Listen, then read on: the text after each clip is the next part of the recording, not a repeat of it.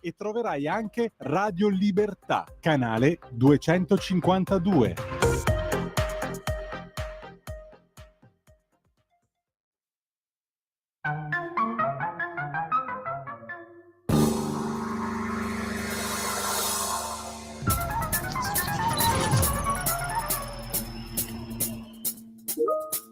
Va ora in onda Zoom, il drive time in mezzo ai fatti con Antonino Danna.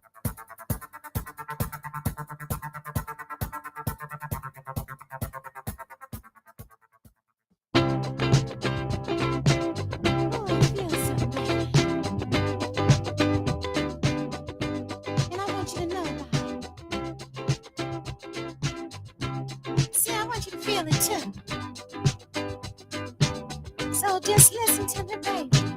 Can't stop me now. Hear what I say. My feet want to move, so get out my way. I'm gonna have my say. I'm gonna do every discotheque. I'm gonna dance, dance, dance. Ooh, till the break of day. I say shame, shame, shame. Yeah. Oh, shame on you if you can't dance too. Shame, shame, shame, shame, shame, shame, shame, shame on you if you can't dance too. Don't stop the motion if you get the notion. You can't stop the groove 'cause you just won't move. Got my sunroof down, got my diamond in the back. Put on your shaggy ring of woman if you know what I like. Shame, shame, shame. Shame on you, girl, if you can't dance too. I said shame, shame, shame, shame, shame, shame, shame, shame on you if you can't dance too. If you don't want to go, remember one monkey don't stop no show. My body needs action, ain't gonna blow. Yes, I'm going now and find a dancing man. If you really think you're fast, try to catch me if you can. I say shame, shame, shame. Shame on you, girl, if you can't dance too. I said shame, shame, shame, shame, shame, shame, shame, shame on you if you can't dance too. Good, baby. Let's get it to me. I know you can dance, baby. Ooh, get it, baby.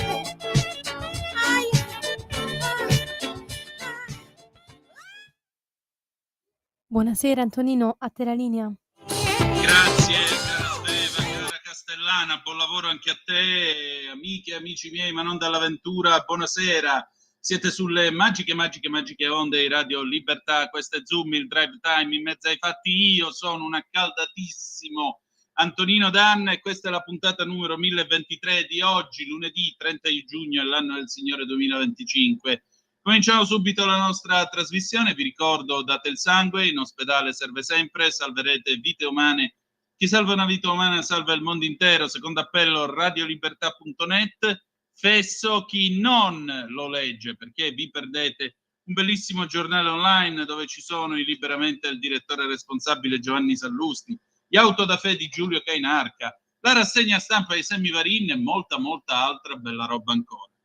340-670-9659 se volete essere dei nostri attraverso la zappa o WhatsApp, oppure 0292947222 quando lo dirò io e apriremo il telefono. Allora, puntata numero 1023, non vi nascondo che qui nel profondo nord, mentre vi parlo alle 18 minuti e 32 secondi, c'è un caldo maiale perché abbiamo superato i 30 e passa gradi, almeno fino a poco fa ce n'erano 35, poi sono uscito un momento ed eravamo a 32. Come vedete non ci facciamo mancare assolutamente niente. Si è alzato il vento, cielo lievemente coperto, speriamo che caduto il vento venga un po' d'acqua che ne abbiamo bisogno. Voi invece da dove boccheggiate e ascoltate questa trasmissione fatecelo sapere. O Qualche aggiornamento dalle agenzie: la DN Cronos, maltempo, esondazione a Bardonecchia, ritorna l'incubo a 2 anni dall'alluvione, la sindachessa, restatevene in casa. Di nuovo la massima allerta nel comune dell'Alta Valsusa per una nuova esondazione del Rio Frejus causata dalle violenti piogge nelle ultime ore, bloccati al Colle della Maddalena da violento nubifragio. Intervengono i vigili del fuoco. Ancora l'Europa nella morsa del caldo infernale, oltre i 40 gradi, le temperature non danno la tregua. E infine Napoli, la scossa di terremoto di magnitudo 4,6 ai Campi Flegrei è la più forte degli ultimi 40 anni, pensate, la più forte degli ultimi 40 anni. E poi Roma, vasto incendio a Piana del Sole, fiamme vicino a Fiumicino, ci sono roghi in zona Pianuova e in parte della riserva naturale Valle dell'Aniene. Giustamente, si fa per dire giustamente, quando poi scoppia il caldo porco, puntualmente spuntano di nuovo loro, quelli che giocano con gli accendini, e forse bisognerebbe infilarglieli da qualche altra parte. Ucraina, la guerra ombra russa, giovani reclutati senza saperlo per attentati suicidi, l'inchiesta shock del Guardian, quotidiano inglese. Ma adesso sono le 18 e 20 minuti e 27 secondi. Io direi, cara Sveva, se sei pronta con il Qui Parlamento, di dare parola all'onorevole Laura Cavandoli, che ho avuto il piacere di intervistare per voi, per il Qui Parlamento. Sveva, quando vuoi, vai pure, grazie.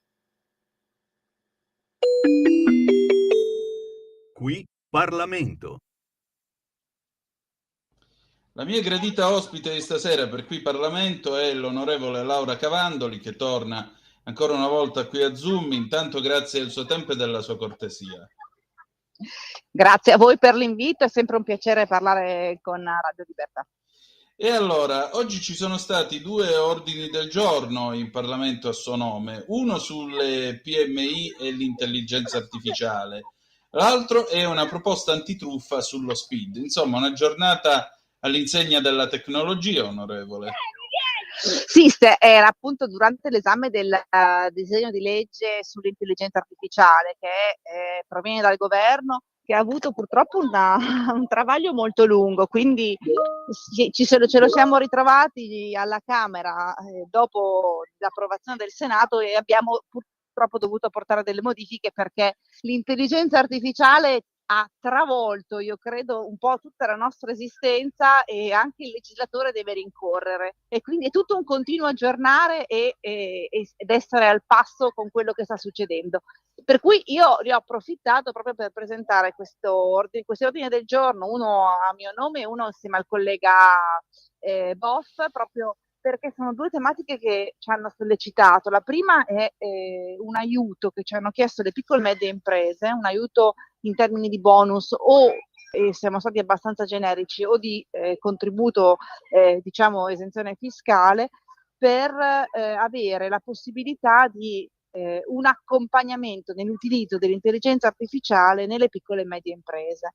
Recentemente è stato fatto uno studio e ho avuto l'occasione di partecipare una decina di giorni fa, che è pazzesco, ma l'utilizzo, come si dice, esatto, cioè in un senso coerente dell'intelligenza artificiale nelle piccole e medie imprese ha portato a dei risultati molto positivi dal punto di vista del fatturato, e questo però deve essere un passaggio che deve essere accompagnato. Non basta quindi solamente diciamo l'approccio dell'intelligenza artificiale, ma anche serve appunto la possibilità di essere guidati con l'utilizzo dell'intelligenza artificiale, specialmente nelle piccole e medie imprese, e questo credo che sia importantissimo. E ovviamente la leva fiscale è importante perché di fatto, ricordiamo Industria 4.0 e tutti gli altri contributi che sono arrivati, di fatto sono stati questi gli elementi che ci hanno permesso di aiutare a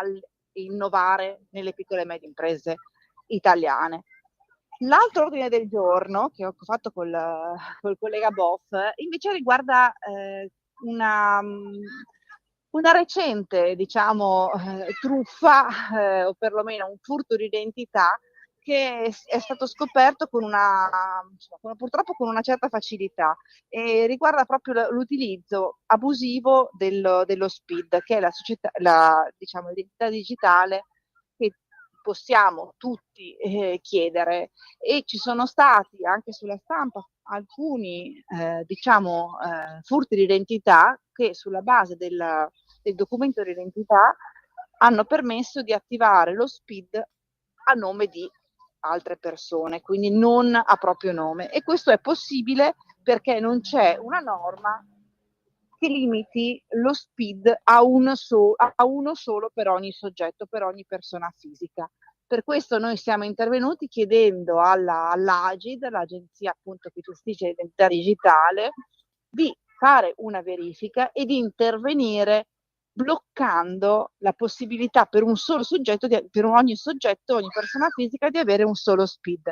In questo modo riusciamo a bloccare quello che sono i furti di identità, che al momento sono gravissimi, perché sappiamo ormai che con l'identità digitale si può fare parecchie cose, non solo, insomma, come si dice, la dichiarazione dei redditi, visto che questo è un po' il periodo. E poi devo dire che registriamo, anche qui ci tengo a sottolinearlo, che il governo sta investendo però sempre di più su quello che è la carta d'identità elettronica, e quindi l'identità digitale collegata alla CIE, alla carta d'identità elettronica, al CID, che di fatto sono strumenti che pienamente sovrapponibili e alternativi allo SPID, sempre assolutamente gratuiti e utilizzabili solo dal titolare. Quindi diciamo il passaggio che anche a livello di maggioranza parlamentare stiamo facendo proprio per tutelare le persone fisiche è quello di intanto limitare la possibilità in forma legislativa, la possibilità di rubare i dati alle persone, l'identità alle persone, ma anche spingerle verso l'utilizzo della carta d'identità elettronica, che sta diventando, diciamo, dal punto di vista della comunicazione e dell'utilizzo dei servizi pubblici sempre più necessaria, ma anche sempre più semplice. E ci tengo a dirlo perché siamo tutti abbastanza renitenti verso le nuove tecnologie, eppure ci dobbiamo adeguare e soprattutto dobbiamo conoscerle. E questo è un po' il senso del disegno di legge sull'intelligenza artificiale. Tuteliamo la persona che resti il dominus, ma all'interno di un mondo che comunque va avanti, ma va avanti nel senso di la produttività e di migliorare anche quelle che sono spesso le pesanti pratiche burocratiche. Ecco, io però mi metto un po' nei panni anche di quegli anziani, penso a mio suocero a quasi 81 anni, ha dovuto fare lo SPID, solo che lui non sa chiaramente da che parte a che santo votarsi per attivarlo, farlo funzionare e così via. Come possiamo aiutare i nostri anziani ad avvicinarsi a queste tecnologie? Diciamo che il problema degli anziani che non conoscono o che hanno comunque sia problemi con la tecnologia, noi lo stiamo risolvendo come Lega sui territori, perché abbiamo delle associazioni, dei gruppi di lavoro che seguono passo a passo chi ha problemi con la tecnologia. Molti comuni mettono a disposizione questo servizio di default, ma anche qui mi permetto di dirti che lo SPID, essendo equivalente alla carta d'identità elettronica, poteva non attivarlo, perché effettivamente la carta d'identità elettronica è molto più semplice, ha un'app molto più semplificata e permette di avere gli stessi servizi dello SPID. Soprattutto diciamo che la nostra, perlomeno l'intento, almeno a livello del Dipartimento della Lega sull'innovazione, è proprio quello di portare chi non è un nativo digitale, con un certo eufemismo, verso l'utilizzo di quelli che sono i dispositivi più semplici. Lo SPID è vero, è complicato, anche perché prevede una serie di attivazioni, fra cui l'ultimo livello che va fatto, diciamo, di persona o con un riconoscimento facciale, mentre con la carta d'identità elettronica è tutto molto più semplice, perché quando si va a rinnovarla in comune vengono dati i codici che poi vengono poi abbinati a quelli che vengono trasmessi insieme alla carta d'identità, e in questo caso quindi c'è già il riconoscimento ufficiale che si fa quando si fa la domanda della carta d'identità. Per questo che manteniamo una certa unitarietà nel dare la possibilità, specialmente alle persone più anziane o più comunque sia resti a usare la tecnologia, di utilizzare la carta d'identità elettronica, perché è un sistema più semplice e che è già controllato, proprio perché si va in comune a fare la domanda. Onorevole, siamo in chiusura. Quali saranno ora i suoi prossimi impegni? Ma noi adesso ci tengo a dirlo perché per noi è un tema importantissimo. Abbiamo in aula e stiamo concludendo sempre alla Camera il disegno di legge sulla montagna del ministro Calderoli. Tematiche importantissime perché riguardano un territorio che non si deve sentire tagliato fuori, ma anzi ci sono tanti fondi, vanno incentivate le persone che possono e che vogliono restare in montagna, quindi si mantengono le scuole, i servizi, gli uffici postali, deve essere quindi data la possibilità di mantenere vive le nostre montagne. Quindi credo che questa sia una battaglia corale della Lega, capitanata dal ministro Calderoli, per cui andiamo avanti in questa direzione. Eccellente, allora buon lavoro e ci sentiamo presto. Grazie. Grazie a voi, buona giornata. Qui Parlamento.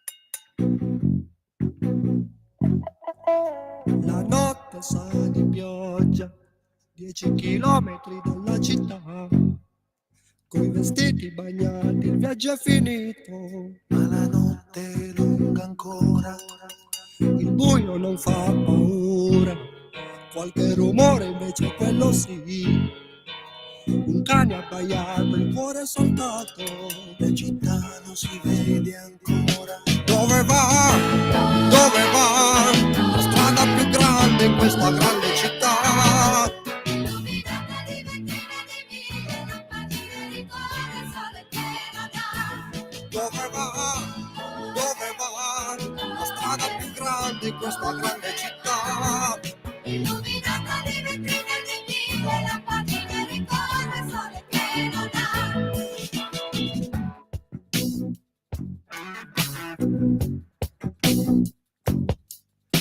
La notte ci ha lasciati solo alle porte della città, belle case imbiancate, porte sbarrate, qui la gente dorme ancora, il primo autobus ci ha portati dove nessuno ha un po' di tempo mai, una lunga frenata, un'auto sfasciata, poi ciascuno al suo posto ancora.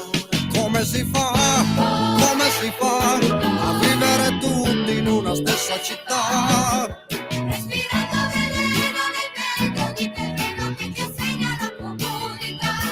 Come si fa a vivere tutti in una stessa città? Respirando veleno nel vento di terreno che ti insegna la comunità. Sotto una pioggia di... A te di nuovo la linea, Antonino.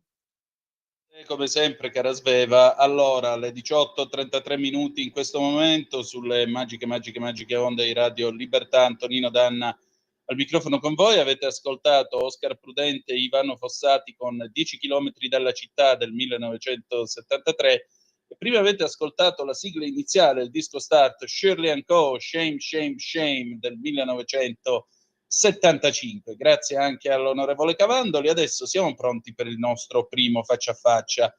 Chi è il gradito ospite? Il gradito ospite è il professor Danny Orbach, che già ha fatto parte dell'intelligence israeliana, laureato in storia presso l'Università di Tel Aviv. Dopo aver studiato all'Università di Tokyo, ha anche conseguito il PhD in storia a Harvard. Adesso è professore associato di storia e studi asiatici alla Hebrew University di Gerusalemme e pensate ha scritto una serie di libri su resistenza militare, disobbedienza civile, ribellioni, omicidi politici Ha anche pubblicato per Bollati Boringhieri un libro che si intitola Uccidere Hitler, la storia dei complotti tedeschi contro il Führer, dell'anno 2016, ha avuto poi una riedizione nel 2019. Perché abbiamo parlato con lui? Abbiamo parlato con lui questo pomeriggio per fare un po' il punto della situazione al termine della guerra dei 12 giorni, e ci vuole uno storico che possa fare il punto su questo. Allora Sveva, se sei pronta, possiamo andare. L'intervista in inglese, naturalmente io la fermerò di tanto in tanto e vi leggerò la traduzione. Vai pure.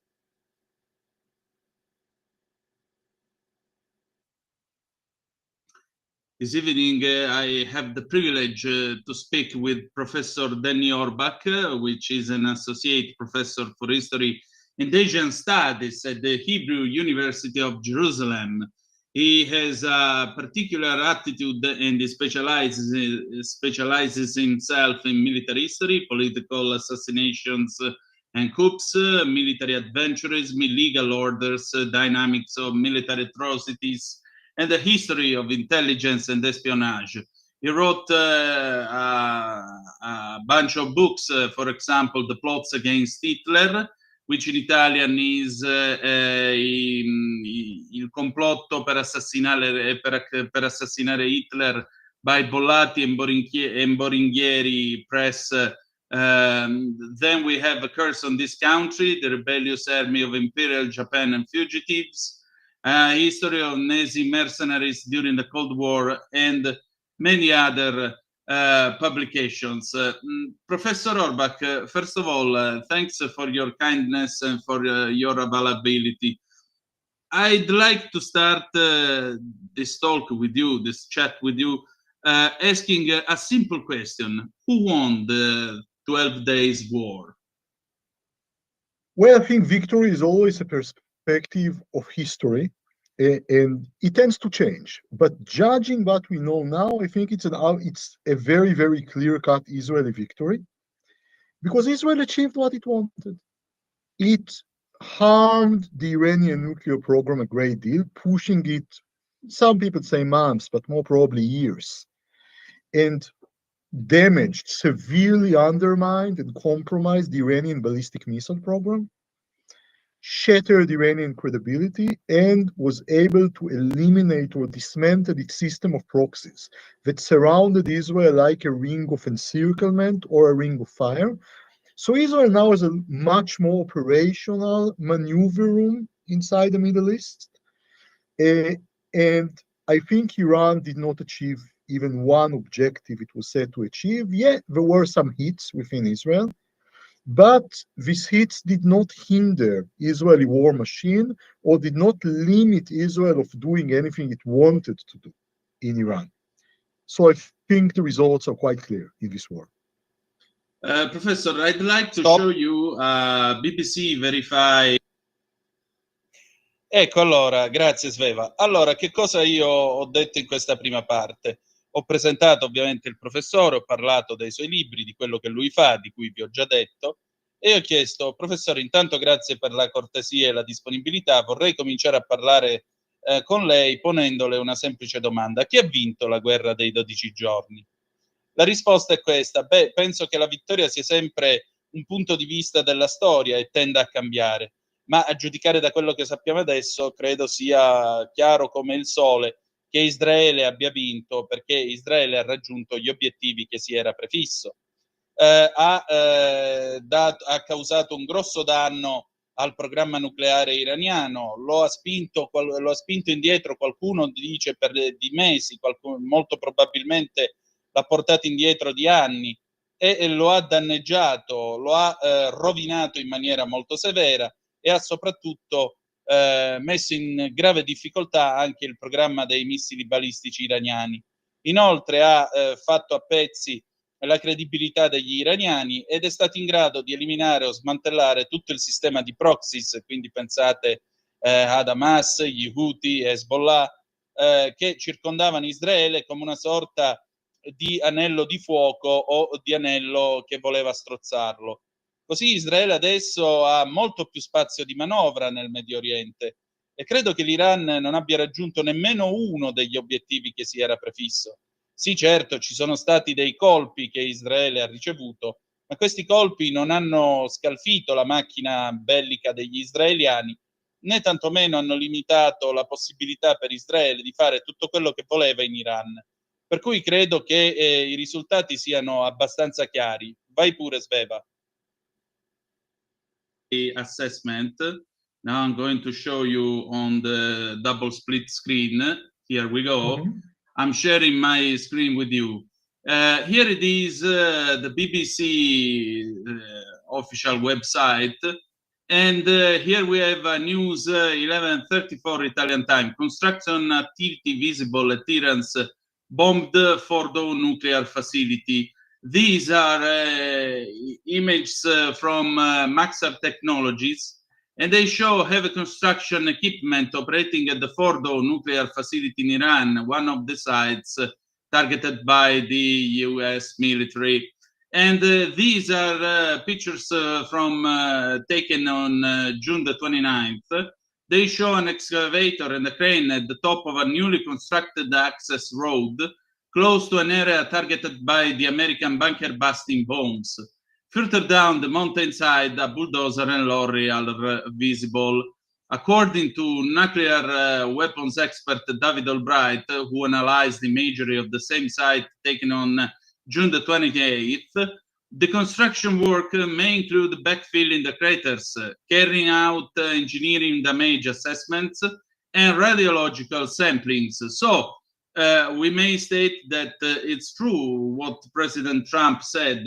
They obliterated the Fordow and they crashed completely the Iranian nuclear program. And by the way, President Trump also said, look, Israel has a group of guys which verify on the ground the effects of our bombings. So we may believe Israel is going to have a quieter historical time on the next months, or we hope years ahead. So David Albright was Yeah. mentioned in the BBC Verify article, maybe the most important expert to the Iranian nuclear program, assessed for the program sustained a severe damage. Israeli intelligence assessments say that it's a matter of years before the Iranians can reconstruct the program. It's not only uranium enrichment, because a nuclear program is a chain of production. Especially important for a nuclear weapon is the reconversion facility. You have to convert uranium again into solid metal, so it would fit into a nuclear rocket, and this facility is also destroyed. In addition, Israel had placed Iran, to use strategic language, on the horns of a dilemma. That is, facing Iran between a range of bad choices. The Iranians have limited economic capabilities, certainly now. We will have to choose what to reconstruct first. Would it be the nuclear program? Would it be the system of proxies? Would it be reconstructing South Lebanon? And if not, we will lose political influence. Would it be to reconstruct civilian infrastructure? And if not, we risk a domestic instability in Iran. Would it be to reconstruct the ballistic missiles, the air defense, the air force, the infrastructure of the Revolutionary Guard? So many things were destroyed, and the Iranians have limited capabilities. To this, you need to add corruption, bottlenecks, inefficiency.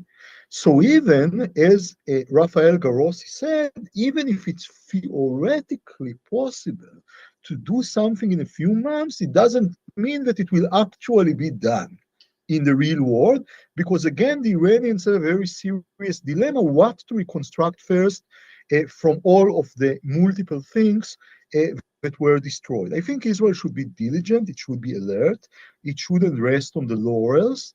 And President Trump already promised that if we will try to rebuild the nuclear program, it will be bombed again.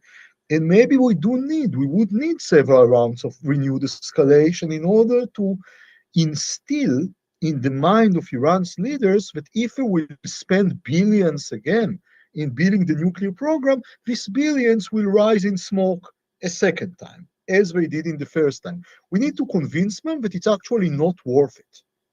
What Israel should keep is the air corridor, potential for air superiority over Iran, and of course intelligence superiority in order to watch out what happens in Iran, whether we build the program or not, and the ballistic missile program as well.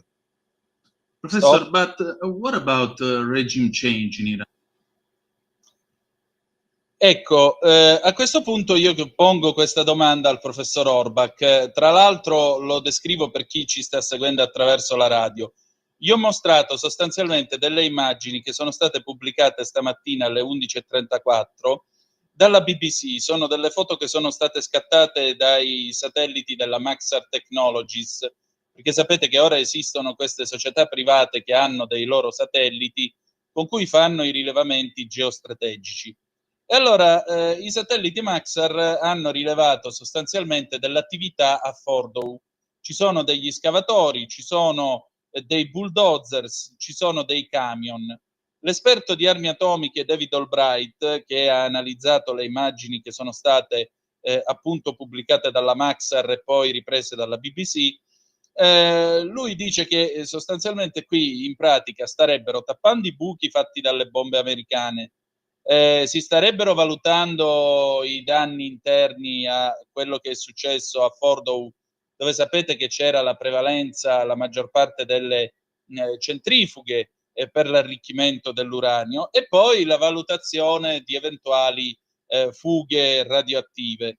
E allora possiamo dire che è vero quello che ha detto il presidente Trump, cioè che hanno distrutto il sito di Fordow e hanno completamente distrutto anche il programma nucleare iraniano.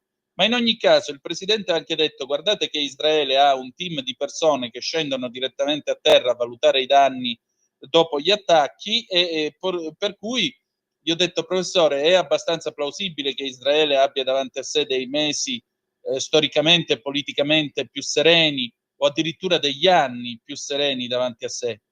La risposta è, dice David Albright, che è stato menzionato nell'articolo della BBC, è probabilmente l'esperto più famoso al mondo del programma nucleare iraniano.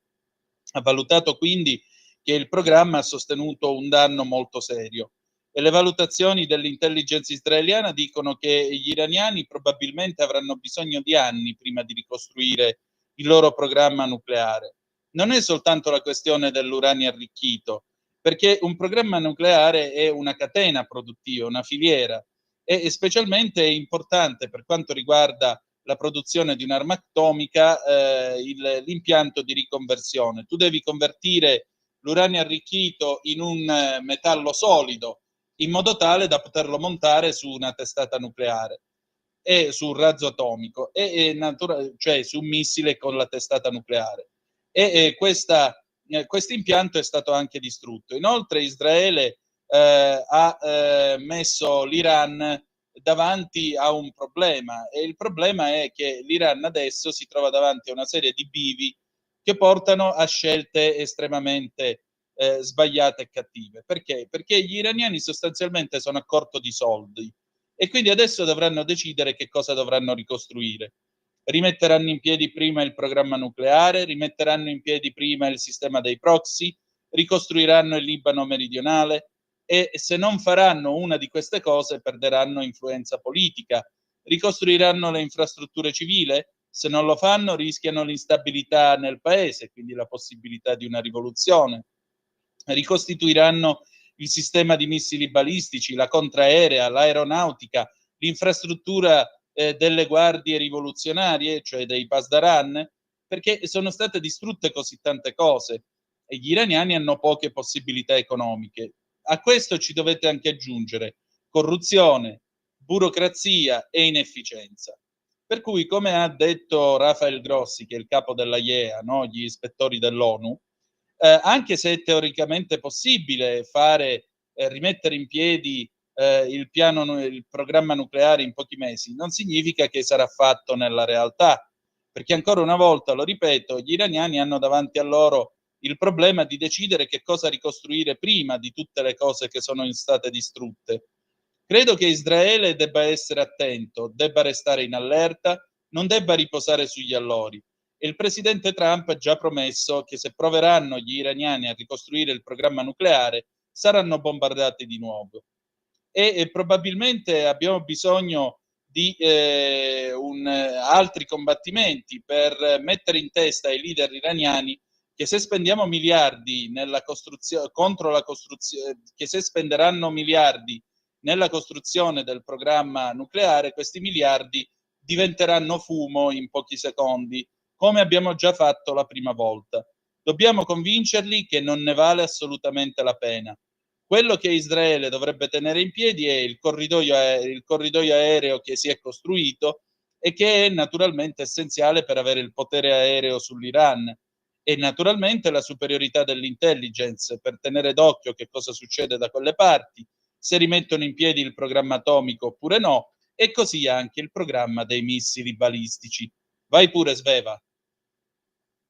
And because Prime Minister Bibi Netanyahu stated before the war, I remember him telling at the United Nations, directly speaking to the Iranian people, look, if the Ayatollahs are going to hit us, we'll hit them harder. But remember, Iranian people, this is not a war against you, and this is the time for your freedom. Then, during the war, Prime Minister Netanyahu called the people in order to make a regime change and stated, look, time for freedom has come.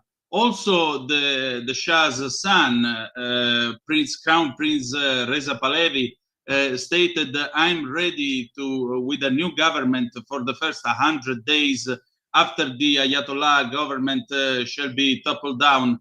So, just now, Prime Minister Netanyahu says, okay, we accomplished our goal, we obliterated the Iranian nuclear program. So what about the regime change? I think regime change was never one of the war goals, and for a very good reason. It's impossible to engineer a regime change through an invasion or through war unless you occupy the entire territory of your adversary, as happened with Nazi Germany. But nobody thinks of occupying Iran, which is a huge country very far away. And regime change is not possible with aerial bombings alone. People tend to rally around the flag during wars. And in order for a regime change to work, something within the security establishment of the affected regime needs not to function well. Otherwise, masses or crowds which demonstrate will be repressed, as always happens in dictatorships when they face mass protests, unless the army or the police, for one reason or the other, do not react well. What I'm trying to say is that a foreign power would be very hard-pressed to engineer regime change unless it's about to happen in the first place. And we didn't see such signs in Iran so far. We may see it maybe a year or two after the war, when the people will, or many high-ups in the army too, the Iranian army, realize how empty the regime was in its promises. What will stand in the way of such a regime change is that the regime has a dedicated security force, that is the Revolutionary Guard, which is ideological. But again, it may happen. It happened in the Soviet Union, where no one actually foresaw that. I would say that it's very much akin like convincing a person. I'm sure that many of our listeners experience political debates in their life, and they surely noticed that almost nobody changes his opinion during a debate. It's very, very rare that somebody tells you, okay, I'm convinced. Seriously. When people are convinced is usually when they absorb the debate, and it usually happens a long time afterwards. And it's the same with wars. We destabilize the regime. We showed how empty and hollow it is. We created conditions for the future, and that's the best we can do. The rest is, I think, on the Iranian people. Stop. Professor, there is another question.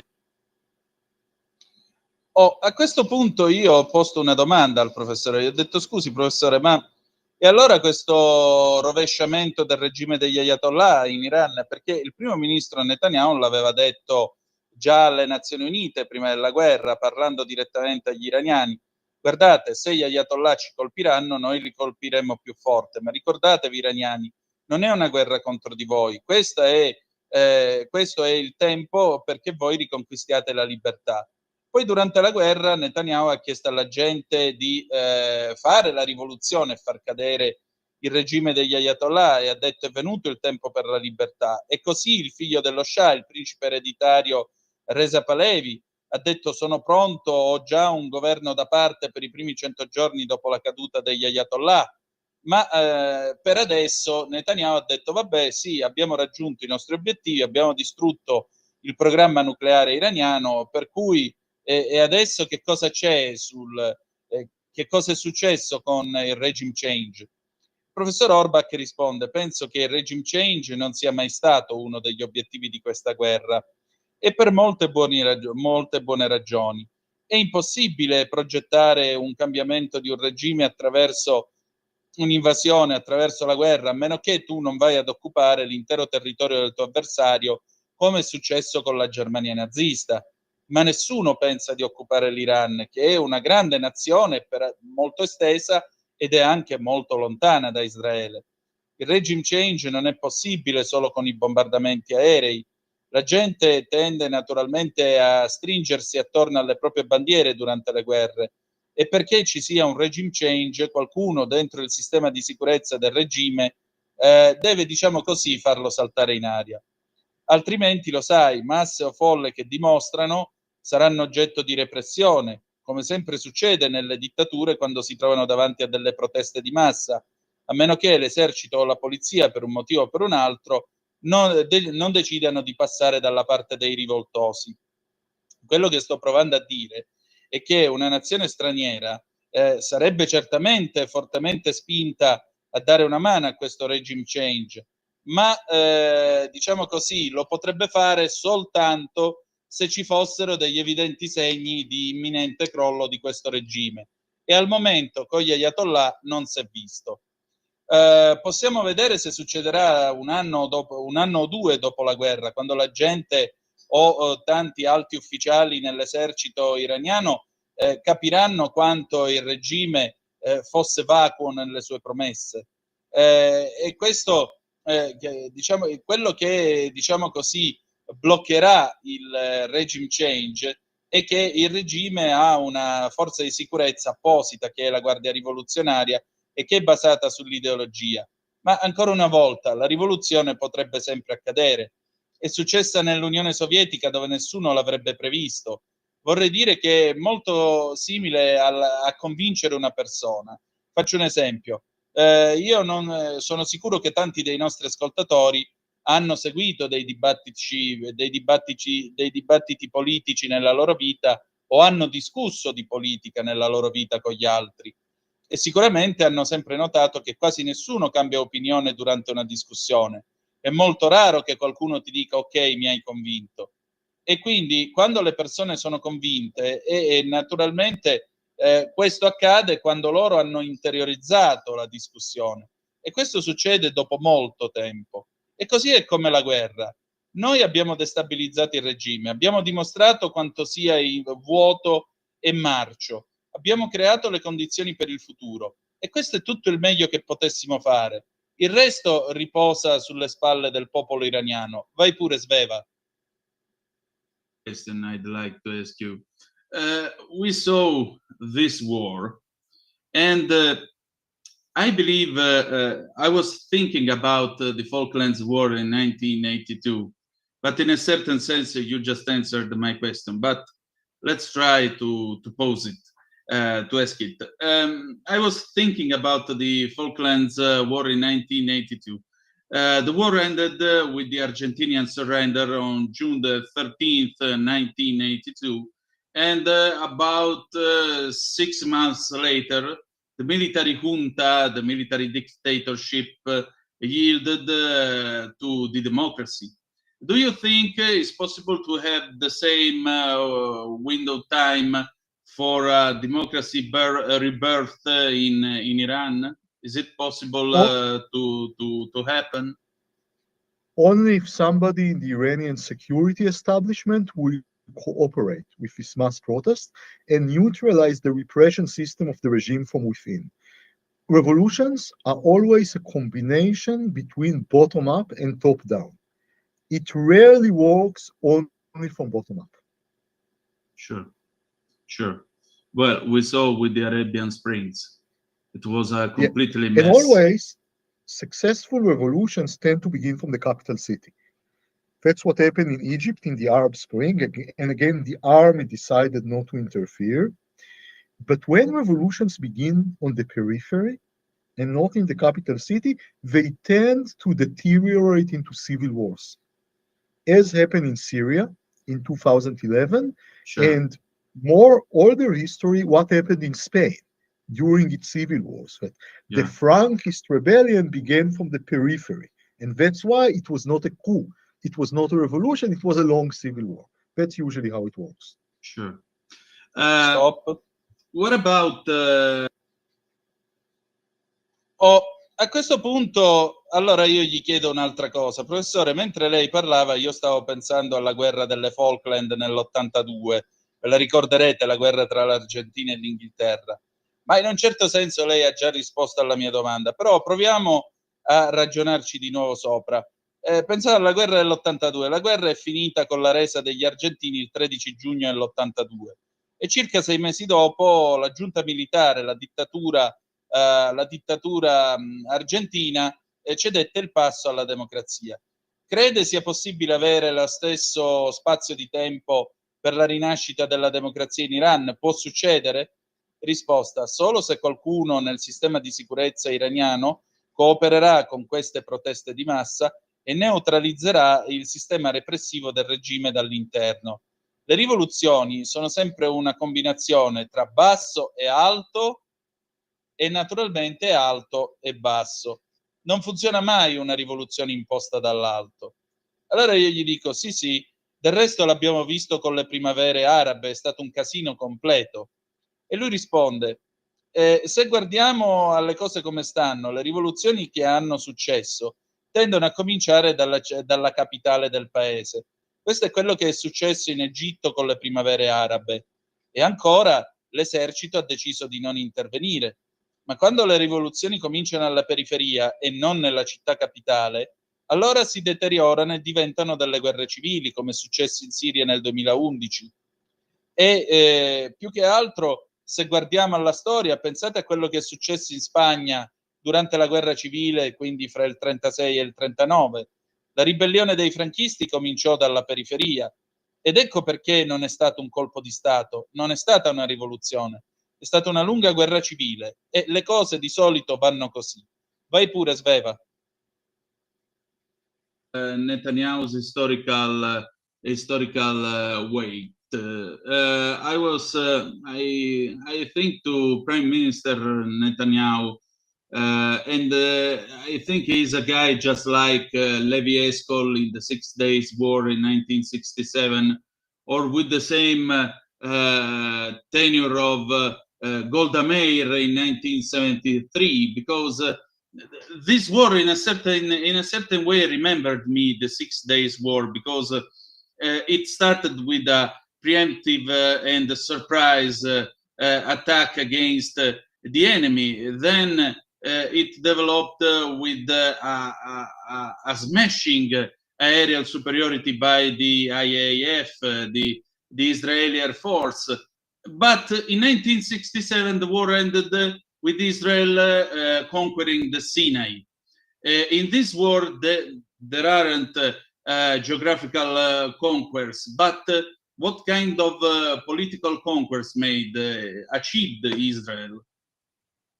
The war smashed the Iranian ring of fire around Israel. And it's not only this 12 days war against Iran, but the war against Hezbollah before. It could be seen as two parts of a larger war. And I think there is a chance that we'll receive a strategic dividend with more peace agreements with Arab countries. Now I think Syria came into the fore, and there is an option for historic peace agreement, and I think that would be based on shared experience of the destructiveness of the Iranian regime. I think that would be a tremendous achievement if it happens. Prime Minister Netanyahu, sorry if I insist on his figure, but here in Europe, you know, he's regarded by some people as a kind of war criminal for the incrimination by the penal court in La Hague, or is regarded as a corrupt guy. Do you think history is going to treat him fairly and to recognize, as I said, a kind of historical weight, just like Eskol and Meir? Stop. I think, first of all, the ICC indictment. Allora, a questo punto parliamo della figura di Netanyahu. Qual è il suo peso storico? Penso a lui e penso che sia come Levi Eskol, che era primo ministro di Israele nella guerra dei 6 giorni nel 67, oppure di Golda Meir nel 73, la guerra del Kippur, perché questa guerra in un certo modo mi ha ricordato quella dei 6 giorni, perché è cominciata con un attacco a sorpresa e preventivo contro il nemico, quindi si è sviluppata con una superiorità aerea schiacciante da parte dell'aeronautica israeliana. Ma nel 67 la guerra è finita con Israele che si è preso la penisola del Sinai. In questa guerra non ci sono delle conquiste geografiche, ma che tipo di conquiste ha raggiunto Israele? E la risposta è che la guerra ha distrutto l'anello di fuoco attorno a Israele. E non è solo questa guerra dei 12 giorni contro l'Iran, ma anche la guerra contro Hezbollah che c'è stata prima. Potrebbe essere vista come due parti di una guerra più ampia. E penso ci sia la possibilità che riceveremo un risultato strategico che è fatto di ulteriori accordi di pace con le nazioni arabe. Adesso penso per esempio che la Siria possa entrare in ballo e c'è la possibilità di un accordo storico che sarà, di un accordo di pace che sarà epocale. E penso che sarà basato sulla esperienza condivisa della distruttività del regime iraniano. Penso che sarà un enorme risultato se si arriverà appunto a questo accordo.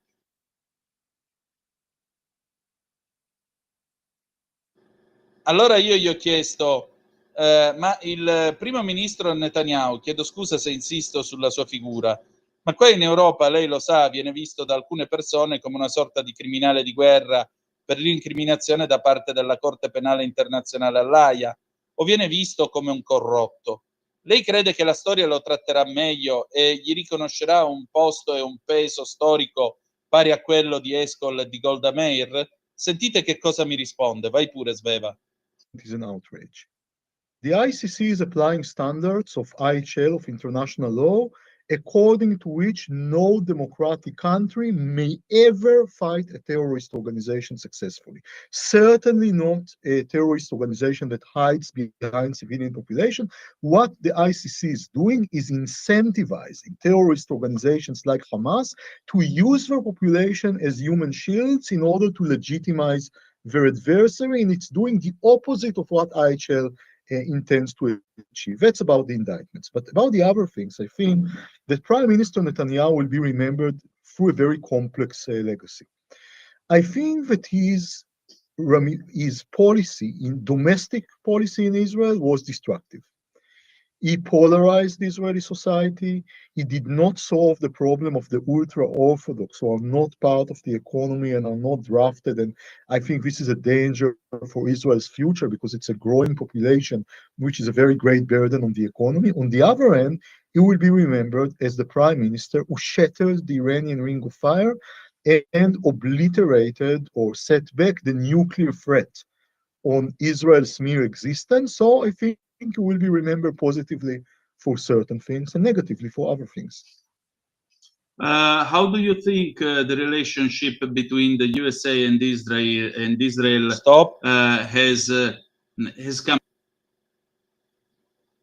La risposta è molto semplice. Prima di tutto credo che la condanna dell'incriminazione da parte della Corte Penale Internazionale sia un insulto. La Corte Penale Internazionale sta applicando gli standard del diritto umanitario internazionale o diritto internazionale, secondo il quale nessun paese democratico può mai combattere con successo un'organizzazione terroristica. Certamente non un'organizzazione terroristica che si nasconde dietro la popolazione civile. Quello che la Corte Penale Internazionale sta facendo è incentivare organizzazioni terroristiche come Hamas a servirsi della loro popolazione come scudi umani allo scopo di legittimare il loro avversario, e stanno facendo l'esatto opposto di quello che il diritto internazionale intende raggiungere. Questo per quanto riguarda l'incriminazione. Ma per quanto riguardano le altre cose, credo che il primo ministro Netanyahu sarà ricordato per un'eredità molto complessa. Penso che la sua politica interna in Israele sia stata distruttiva, ha polarizzato la società israeliana, non ha risolto i problemi degli ultraortodossi che non sono parte dell'economia e non vengono chiamati a fare il servizio militare. E penso che questo sia un pericolo per il futuro di Israele, perché è una popolazione che sta crescendo ed è anche un grosso peso sull'economia. Dall'altra parte sarà ricordato come il primo ministro che ha distrutto l'anello di fuoco iraniano e ha cancellato o riportato indietro la minaccia nucleare sull'esistenza di Israele. Per cui penso che sarà ricordato positivamente per certe cose e negativamente per altre. Ho anche chiesto, dice, come pensi che la relazione tra gli Stati Uniti e Israele sia uscita da questa guerra? È più forte o è più debole? Sentite la risposta, vai Sveva. Out from this war, it's stronger or is it weaker? It's very strong. Certainly the relations between Netanyahu and Trump, though, you know, we cannot annoy Trump. He can turn around very, very quickly. But I think the evangelical base of the Republican Party is a very strong support base of Israel. On the other hand, I'm very worried about long-term tendencies, because Israel became a partisan issue. The Democratic Party did not support the war against Iran, and it's becoming more and more extreme, more and more anti-Israeli. We can see an openly anti-Semitic candidate who is almost like a Hamas terrorist. I mean, Zohran Mamdani, who is the candidate now for the city of New York, and everybody in the Democratic Party is embracing him. You see in the opinion polls that younger people tend to see Israel more and more negatively. Some things are because all sorts of things that Israel is doing, and because they cannot really understand what Israel is doing in Gaza, but it's not only them. It's a tendency of increased criticism against their own history, what they see as the evils of American history, and Israel is serving as a very convenient scapegoat. So it's a cultural change that puts us on the wrong side. What we should do is to use the Trump years to cement strategic achievements, secure borders, destroying these Iranian proxies around us, peace agreements. So gradually we'll become more independent of the United States and could chart our own way. Professor, what about Stop. Gaza? I read... Allora, qual è la risposta sulla relazione tra America e Israele? Certamente è molto forte, e certamente le relazioni tra e così è anche la relazione interpersonale tra Netanyahu e Trump. Sebbene, tu lo sai, non possiamo, diciamo così, stuzzicare troppo Trump. Lui può cambiare d'opinione e d'umore molto rapidamente. Ma credo che la base evangelica del Partito Repubblicano sia una base molto forte a favore di Israele. Dall'altro lato sono molto preoccupato a proposito delle tendenze di lungo termine, perché poi Israele diventa un tema divisivo.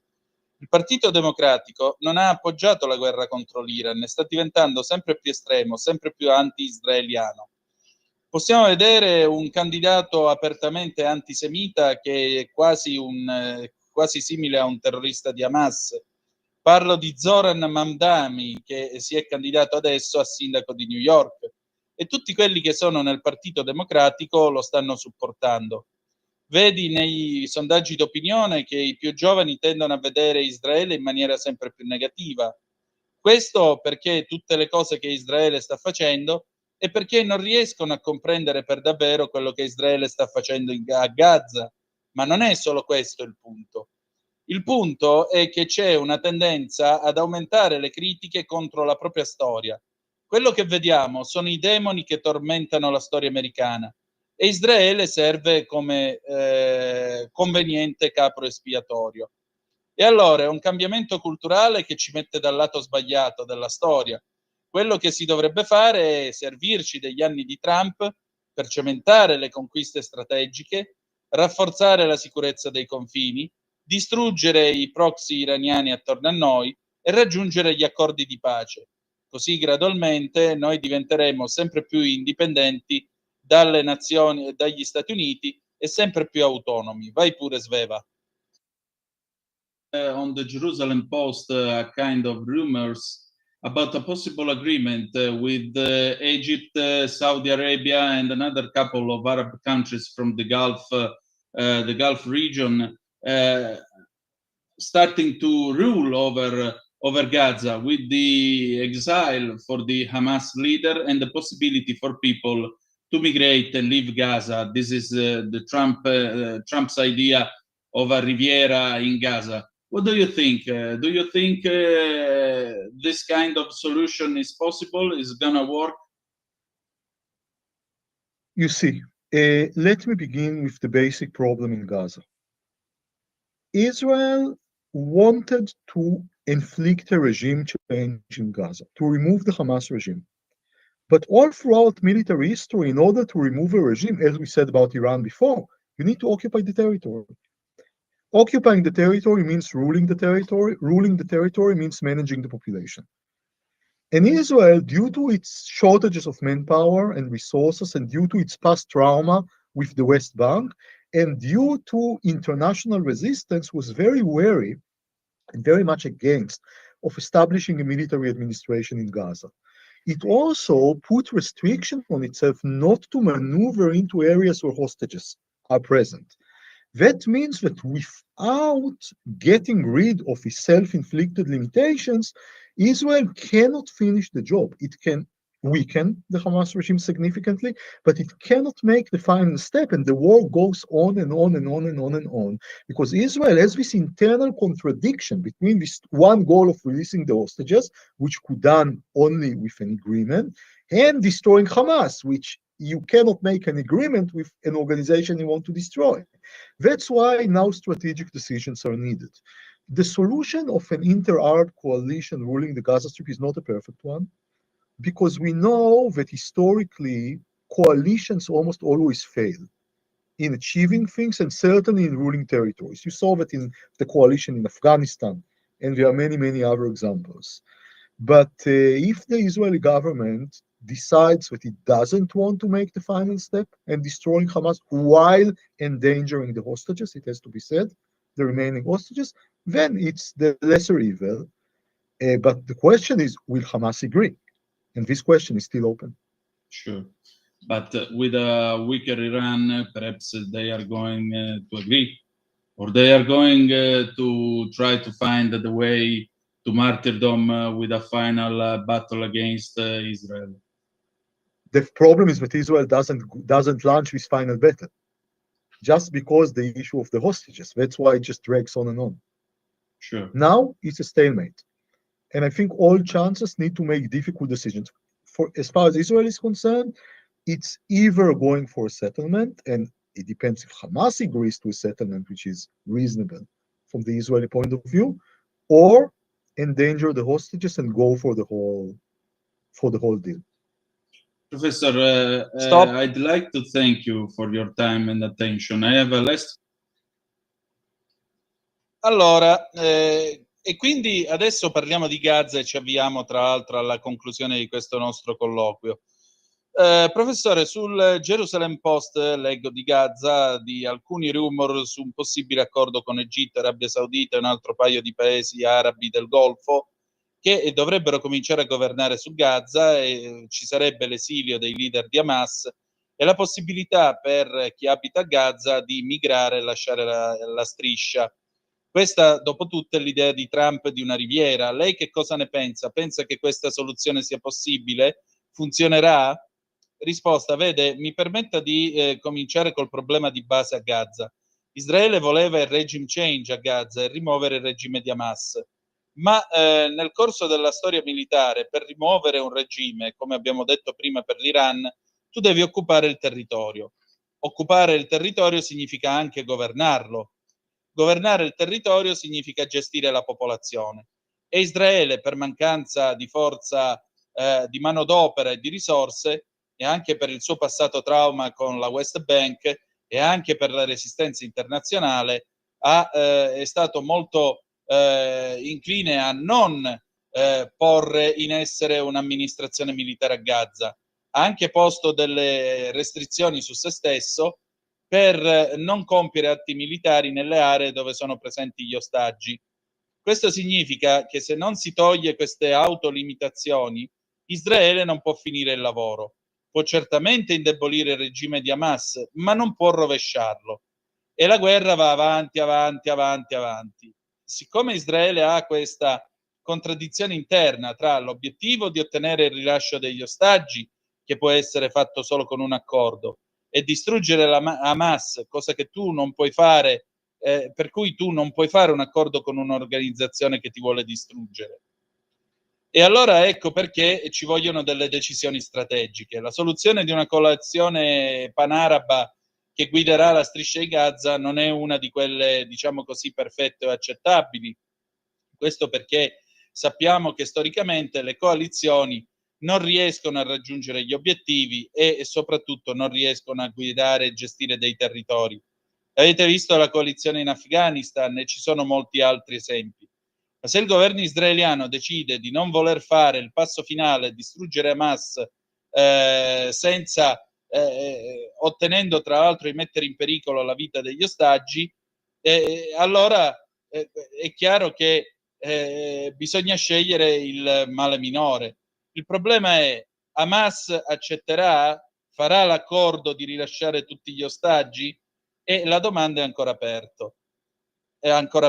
E io ho detto sì, ma con un Iran sempre più debole probabilmente si accorderanno per il rilascio degli ostaggi, oppure cercheranno di trovare la via per il martirio con una battaglia finale contro Israele.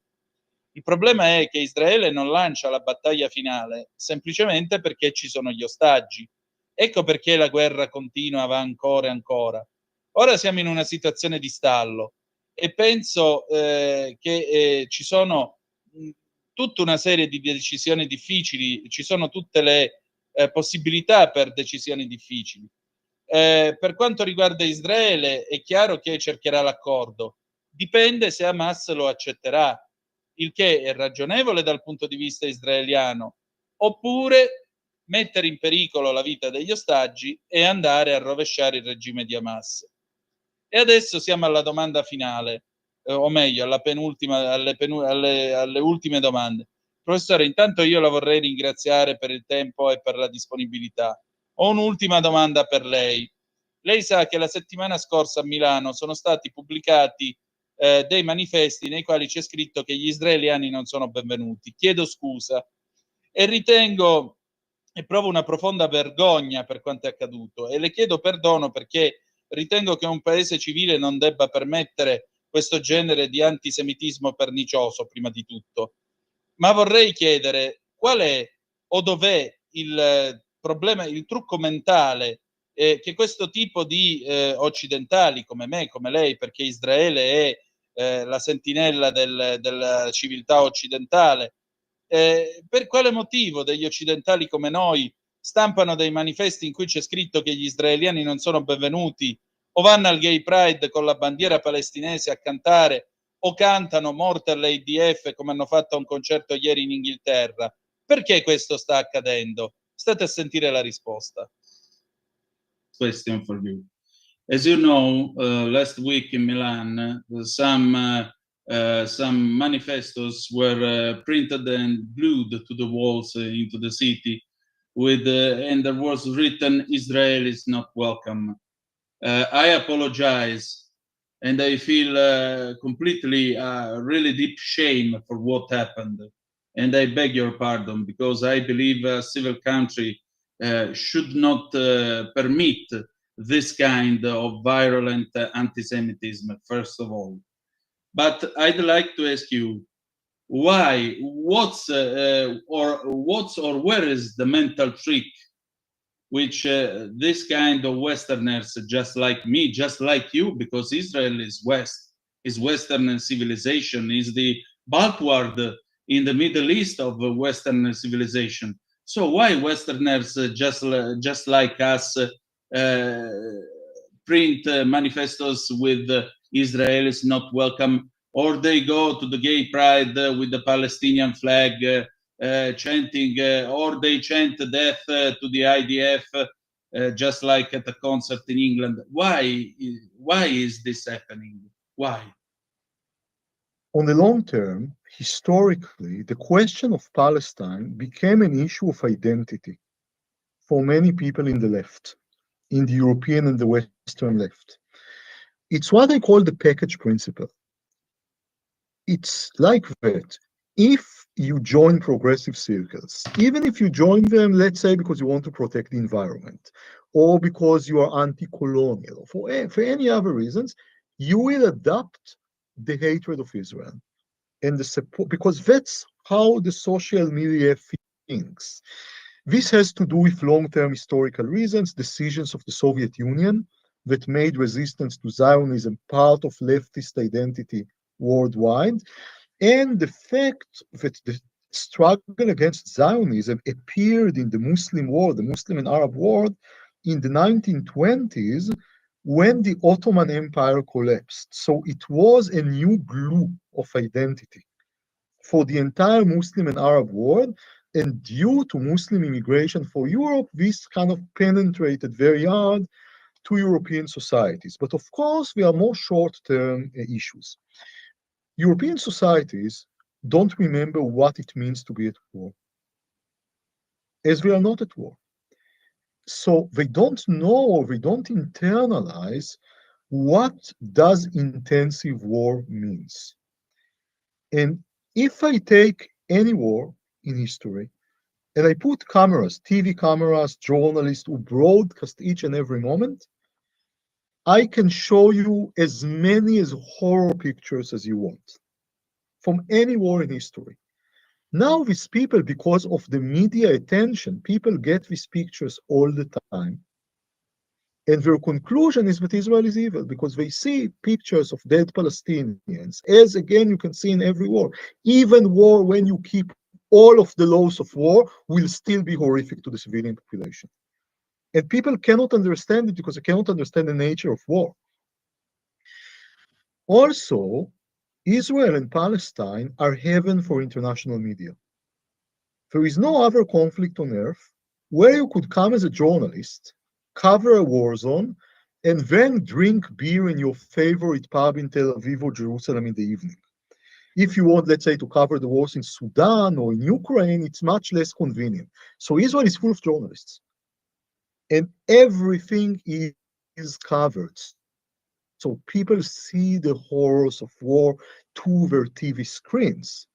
The last thing is a Qatari campaign of influence, which is influencing the UN agencies, human rights organizations, Wikipedia. Then, as resources become skewed against Israel, due also this radical leftist anti-Israeli identity, all of these things together, the AI engines take the anti-Israeli position as common knowledge. And when people are using Wikipedia or AI to write their reports, the anti-Israeli position kind of becomes a consensus, even if the information is actually wrong. Sure, just like the fake news about the IDF shooting on top of people waiting for food in Gaza, which is a completely fake news. Exactly. It's a completely fake news. I must say that there were incidents of unjustified shootings, mainly because soldiers were afraid of people coming too close towards them, but certainly not in the scope of what Hamas and its propaganda outlets describe. And there was no malicious shootings on people waiting for food in order to kill them. These were chaotic scenes of misunderstandings when people got close to soldiers. And as Hamas is always using this to plant IED or bombs, the soldiers were afraid they will be surrounded. But I cannot justify anything the IDF did. I thought that many things could be done otherwise to minimize civilian casualties, but of course it's not a propaganda. that anti-Israeli outlets spread. Professor, thanks for your time. Really, last question. How do you think this war will be remembered?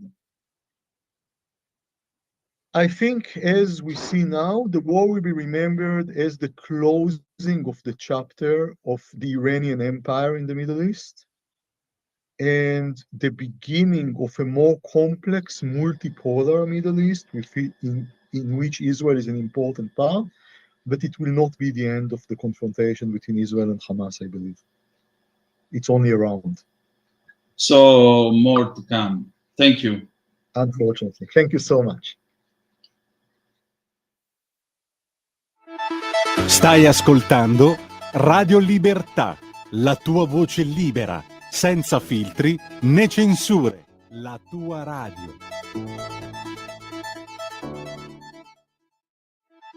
Stai ascoltando Radio Libertà, la tua libera.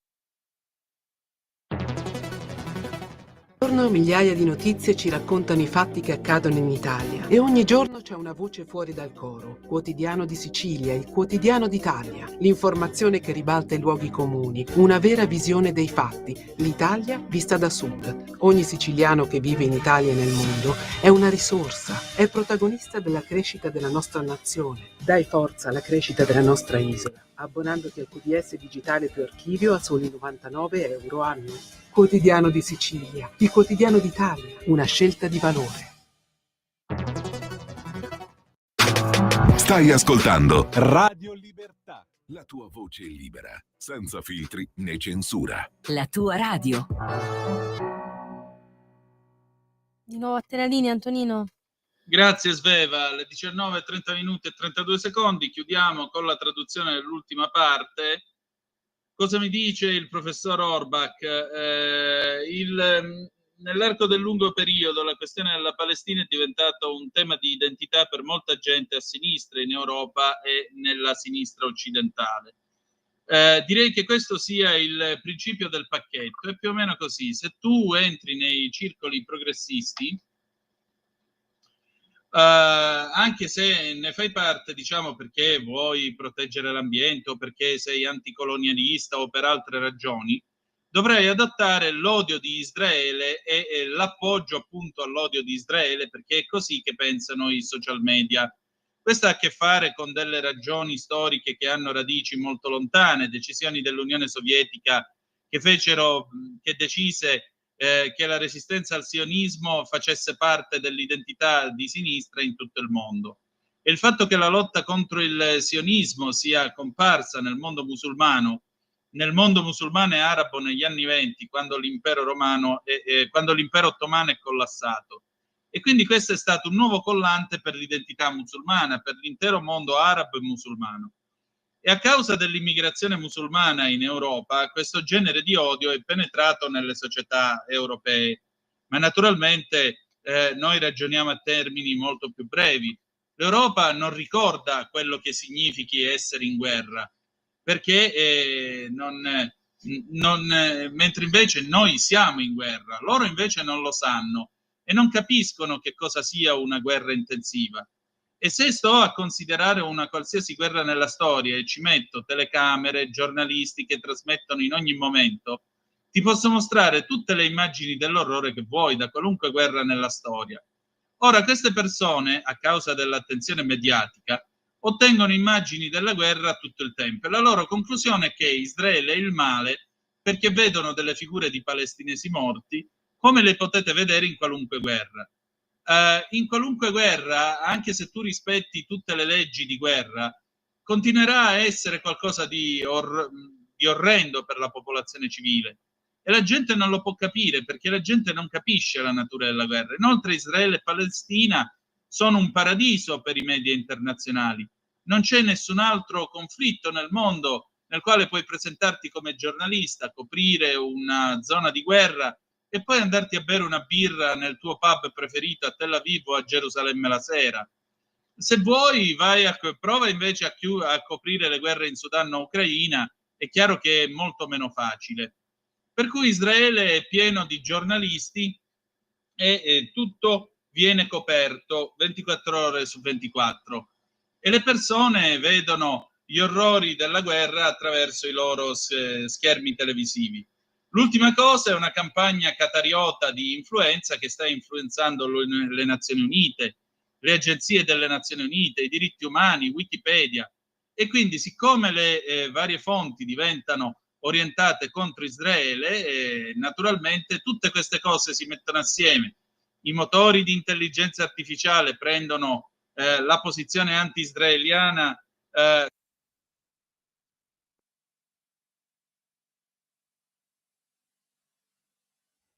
Antonino, mi senti? Sì, dimmi. Non ti sentivamo più. Ah, ecco. Comunque, quando la gente usa Wikipedia o l'intelligenza artificiale per scrivere dei pezzi, degli articoli, la posizione anti-israeliana diventa oggetto di consenso, anche se l'informazione è sbagliata. E allora io gli dico, certo, ma come un po' le fake news a proposito delle IDF che sparano sulla gente che aspetta il cibo a Gaza. Dice Gaza, questa è una fake news totale. Devo dire che quando accadono questi incidenti o delle sparatorie ingiustificate, questo è accaduto perché i soldati avevano paura della gente che gli stava venendo troppo vicina, ma certamente non secondo lo scopo che dicono Hamas e i suoi strumenti di propaganda. E non ci sono state delle sparatorie volute sulla gente che aspettava il cibo perché naturalmente gli israeliani volevano ammazzare gente. E Hamas è solito utilizzare queste cose per mettere degli ordigni esplosivi o delle bombe e naturalmente i soldati hanno paura quando vengono circondati perché questo momento di confusione serve ad Hamas per fare gli attentati. Ma non posso giustificare tutto ciò che hanno fatto le IDF. Penso che le principali cose che si possono fare siano quelle di minimizzare le perdite civili. Naturalmente non è una propaganda che viene fatta dai media anti-israeliani. Infine un'ultima domanda: come crede che sarà ricordata questa guerra? Penso che sarà ricordata come la chiusura del capitolo dell'impero iraniano nel Medio Oriente, l'inizio di un Medio Oriente multipolare, più complesso, nel quale Israele gioca un ruolo importante. Ma non sarà la fine dello scontro tra Israele e Hamas, credo, è soltanto un round, quindi succederanno altre cose? Sì, purtroppo. Bene, con questo abbiamo finito, grazie al professor Orbach. Adesso, se sei pronta, Sveva, possiamo mandare Celeste Vichi con il faccia a faccia e poi possiamo chiudere la puntata di stasera. Appuntamento domani alle 18.05 trattabili, sempre qui con Zoom, sulle magiche onde di Radio Libertà. Vi ha parlato Antonino Danna, buonasera. Allora, l'ospite del faccia a faccia di questa sera è un gradito ritorno, è Celeste Vichi, avvocatessa in quel di Livorno, che segnatamente è anche presidente dell'Unione delle Associazioni Italia-Israele. Celeste, allora, intanto grazie del tuo tempo e della tua cortesia come sempre, ma la cosa che io sottopongo alla tua attenzione e che purtroppo non ha mancato di disgustare non pochi italiani, io personalmente mi vergogno di essere compatriota di gente che fa queste cose, è la foto che ha segnalato Daniele Naum, appunto il consigliere di Azione in Consiglio Comunale a Milano. Milano è stata tappezzata di manifestini nei quali c'è scritto: gli israeliani non sono benvenuti. Allora, cioè, questi mi sembrano degni nipoti e parenti di quelli che mettevano gli avvisi questo negozio aeriano nel 1938. Tu come leggi questa cosa che io trovo vomitevole? Allora, innanzitutto buonasera a tutti, grazie Antonino, grazie ancora a Radio Libertà per l'invito, siete sempre molto attenti a questi temi e vengo subito al dunque. Gli israeliani non sono i benvenuti. Questi sono tempi difficilissimi in cui assistiamo a un drastico rigurgito di odio antisemita e diciamo pure tranquillamente che è caduto il velo, cioè l'odio antisemita oggi è l'odio contro Israele e questa è la dimostrazione ciò che è accaduto in Israele ha riacceso l'odio anti-ebraico anche nel mondo europeo, nelle nostre città e un po' ovunque. Quindi questa scritta purtroppo a questo punto non sorprende neanche più di tanto, perché come dire, è solo l'ultimo di tutta una serie di escalation, di episodi gravissimi che si stanno verificando. Basti pensare ad esempio alle più recenti liste di proscrizione, anche quelle riportano a vecchi ricordi delle leggi razziali, perché pongono su un piano di giudizio morale chi sostiene, per esempio, come me Israele. Devo dire che molti di noi, inclusi, ma anche tanti presidenti delle associazioni che io rappresento, che sono tutte persone che vengono dalla società civile, sono state incluse in quella lista. E voglio anche ricordare una cosa, altri due aspetti molto importanti. La prima, per esempio, che uno dei nostri presidenti proprio ieri, il nostro presidente Lidano Grassucci dell'associazione La Scelta di Davide Latina Amica di Israele, quindi la nostra associazione latina, è stato attaccato con un graffito davanti al muro, a un muro diciamo cittadino, con sottoscritto 6 milioni di Lidano Grassucci. Quindi questo è un altro esempio, ma posso tranquillamente continuare con il caso che abbiamo visto tutti dei ristoratori che hanno messo fuori dei cartelli che gli israeliani non sono i benvenuti, ed anche degli albergatori. Ricorderete per esempio l'anno scorso un noto albergatore anche della provincia di Bergamo che aveva detto che lui non avrebbe dato più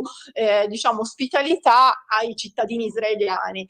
Noi devo dire qui con una certa soddisfazione la nostra associazione ha denunciato il titolare di questa attività, di questo albergo, il quale si è trovato a pagare una multa per un decreto penale di condanna. Quindi noi, le nostre associazioni sono sempre sul pezzo per contestare questi eventi, per combatterli formalmente. Ma io, se ho un attimo di tempo, posso ancora darti un altro esempio. Un altro esempio siamo sui social, ma proprio recentissimo. Tanti dei nostri attivisti, dei nostri amici, chi propone anche una visione pro-Israele del conflitto oggi in Medio Oriente, viene attaccato sui social dai vari boot.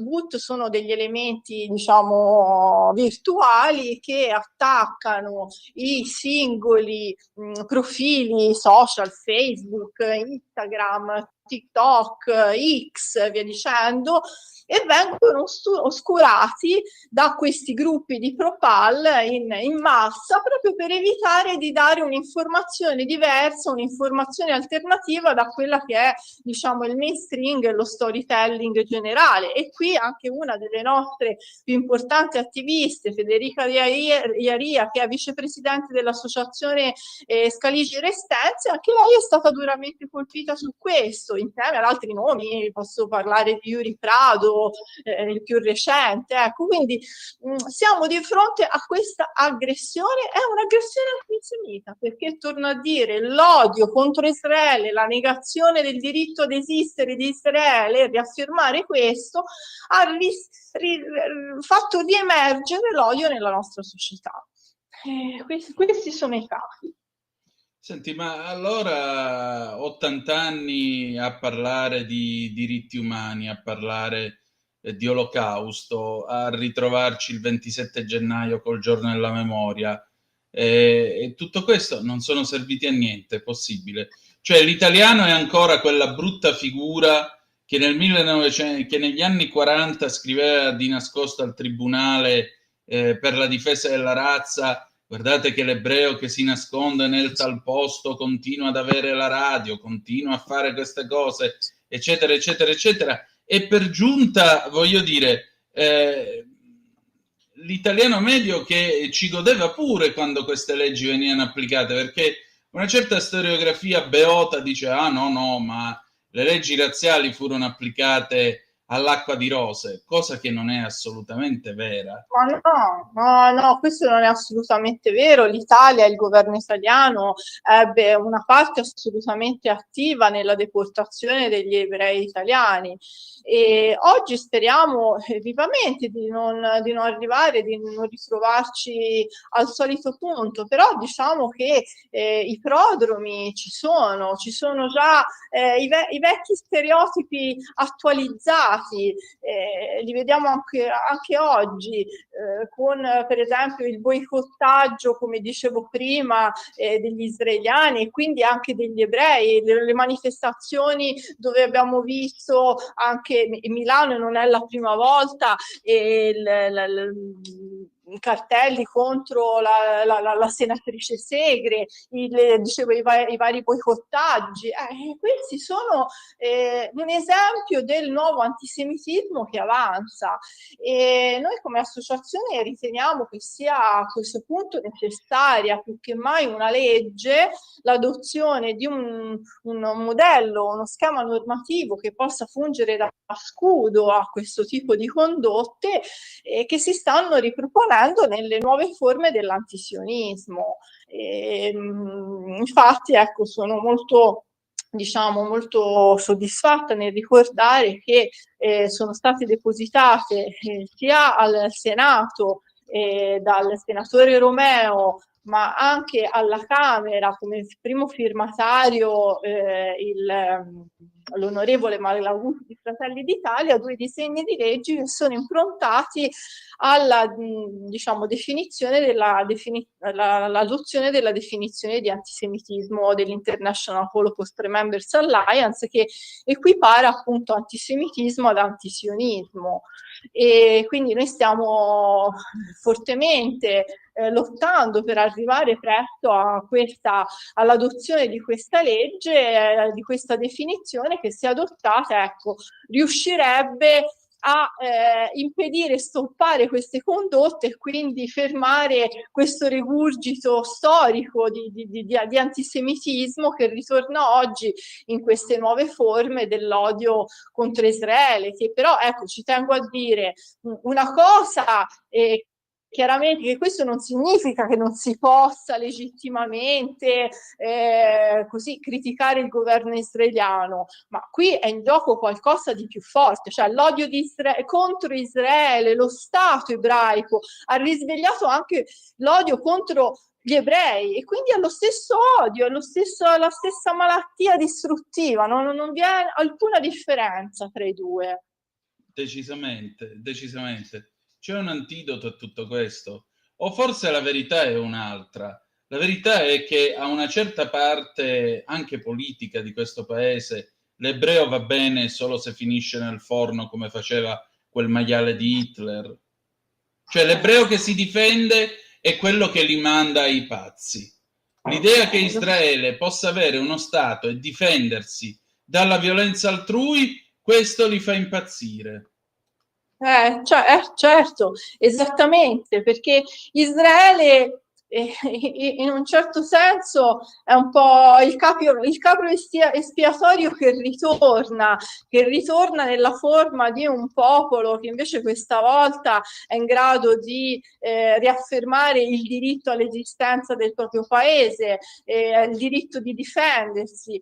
Ricordiamo che Israele questa guerra non l'ha voluta, è stata trascinata in una guerra che per primo non la voleva, non ha deciso, che il 7 ottobre ci si dimentica sempre di più che sono stati ammazzate e massacrate 1200 persone, che 250 sono state rapite da Hamas, 50 ancora, ci sono ancora 50 ostaggi, per non parlare del macabro squallido mercimonio anche delle salme, cioè sono stati capaci anche di affermare questo. Quindi oggi Israele ha tutto il diritto di difendersi, e e di esistere. Purtroppo quello che tu dicevi è vero, cioè c'è una forma diciamo una parte di politica italiana che è quella delle manifestazioni che abbiamo visto del Movimento 5 Stelle, PD, AVS e compagnia bella, che rifiutano l'idea che vi sia un popolo che reagisce a questo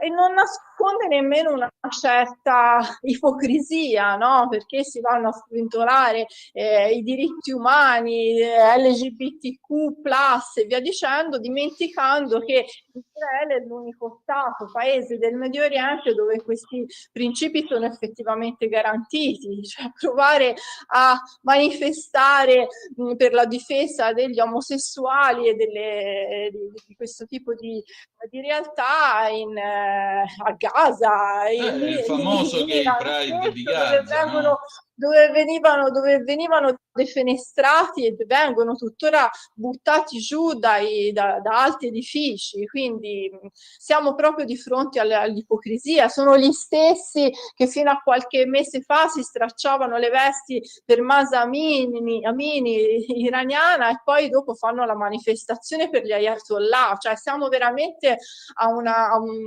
rovesciamento della realtà.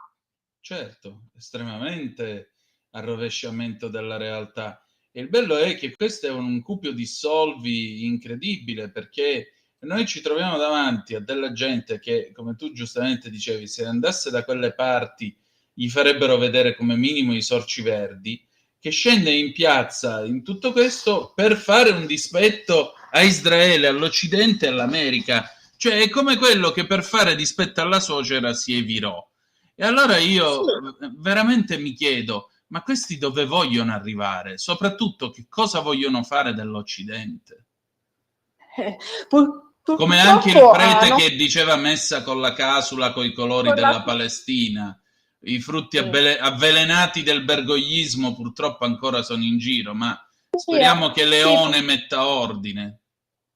Sì, Leone ha messo ordine. Ecco, dobbiamo dire che per quanto riguarda anche il nuovo Papa abbiamo apprezzato una delle sue prime diciamo esternazioni, allora quando ha ricordato l'ebraismo di Gesù, ha parlato di termini appropriati come Giudea, Samaria e via dicendo. E comunque sì, siamo di fronte a questo, quello che dicevi tu, a un rovesciamento di quelli che sono i valori occidentali che vengono in questo momento fortemente minacciati da queste spinte sinistroidi, quindi sono molto molto pericolose. Si è acceso un campanello di allarme terribile su questo. Certo, esattamente. È proprio questo il problema. Se è acceso il campanello d'allarme, chi lo deve ascoltare? Chi lo deve ascoltare? Lo deve ascoltare la classe politica, lo deve ascoltare soprattutto anche diciamo, la grande comunicazione, la grande opinione pubblica. Anche un invito a informarsi meglio, a non seguire i soliti mainstream.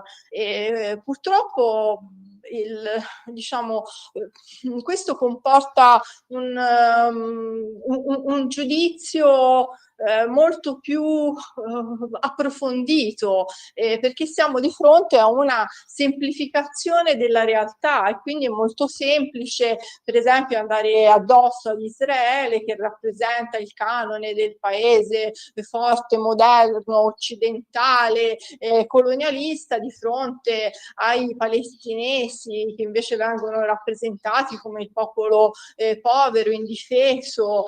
Ecco, niente di più falso. Ecco, siamo di fronte a questa terribile semplificazione della realtà che porta addirittura, come dicevamo prima, al rigurgito antisemita, perché ci sono stereotipi tipici diciamo, dei persecutori degli ebrei che vengono applicati agli ebrei stessi, come le accuse di colonialismo, imperialismo, e questo è antisemitismo.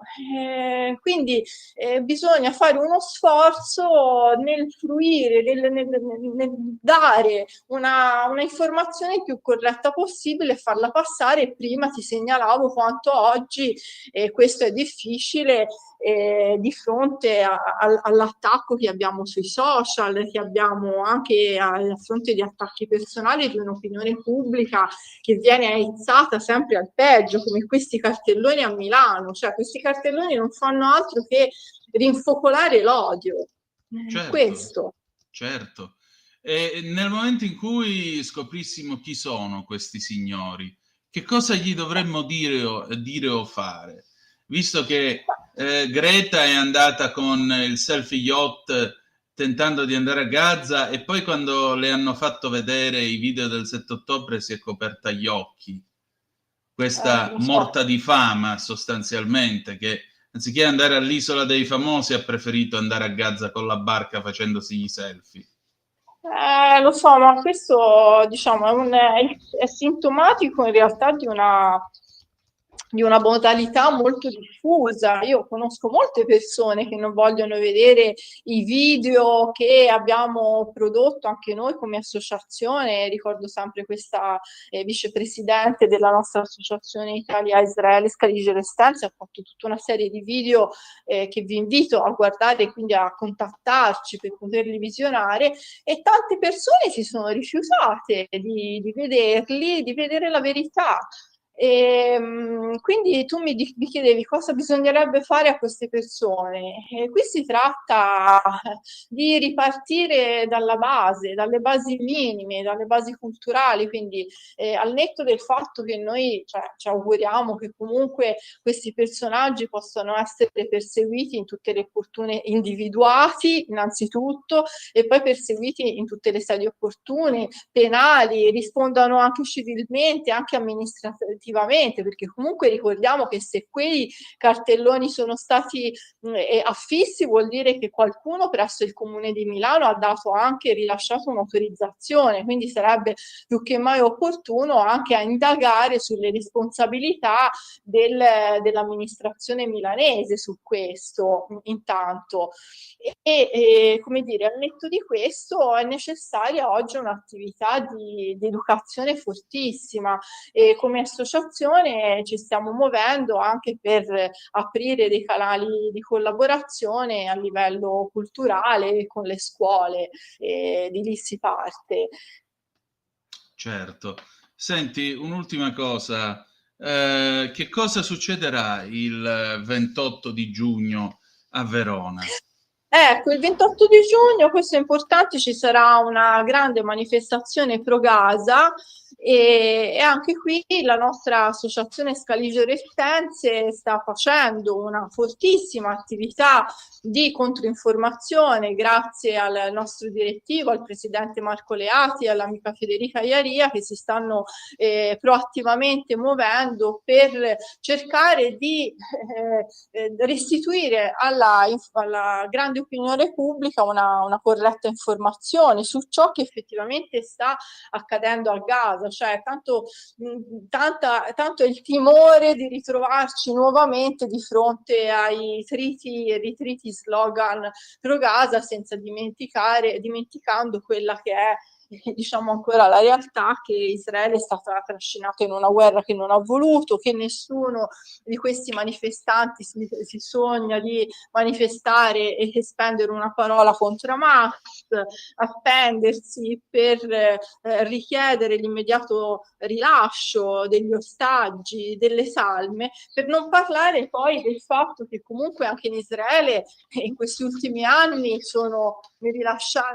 quest'ultimo anno e mezzo sono stati rilasciati più di 40.700 missili da Gaza, Libano, Yemen, Siria, Iran, quindi gli israeliani si sono salvati solo perché c'è stato un sistema fortissimo di difesa come l'Iron Dome, perché gli israeliani hanno dei bunker, il 60% di loro in ciascuna casa, e torno a dire, nessuno dei bambini e dei civili invece gazawi si è salvato nei più di 800 chilometri di tunnel scavati da Hamas. Ecco, queste sono manifestazioni che devono giustamente trovare un contraltare, e vi invito a leggere il comunicato che la nostra associazione Scaligerestense ha diramato proprio in queste ultime 2 ore. Molto bene. Celeste, noi continueremo a raccontare tutto questo e continueremo a dare voce alle ragioni di chi difende Israele dall'antisemitismo e dall'odio. Che direi più? Grazie ancora e Grazie speriamo a te. di sentirci per cose più liete. Grazie. Grazie a voi, grazie, un saluto a tutti gli ascoltatori. A presto. Avete ascoltato Zoom, il drive time in mezzo ai fatti.